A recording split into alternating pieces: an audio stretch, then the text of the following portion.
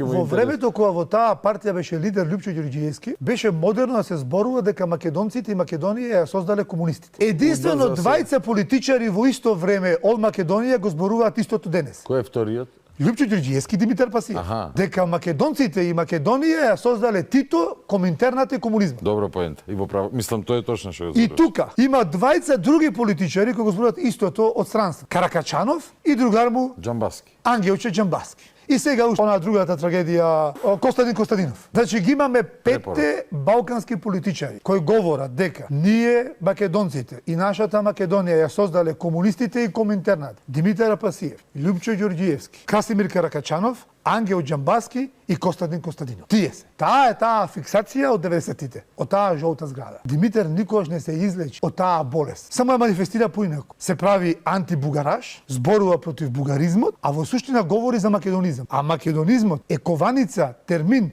измислен од бугарската пропаганда. Да, самиот збор македонизам значи вештачко создавање на македонци и македонство од страна на Србија и Коминтерната. Правиот термин е македонство, македонствување. Македонската култура, цивилизација, македонскиот ген, опстојувањето наше е македонство. Ма до таа лекција Димче уште не стигна. Па еве да му одржиме денес една лекција да го научиме, барем кога говори да не понижува нас етничките македонци. Го чита Сократ во моментов, не гледа телевизија. Може да го чита Сократ, да.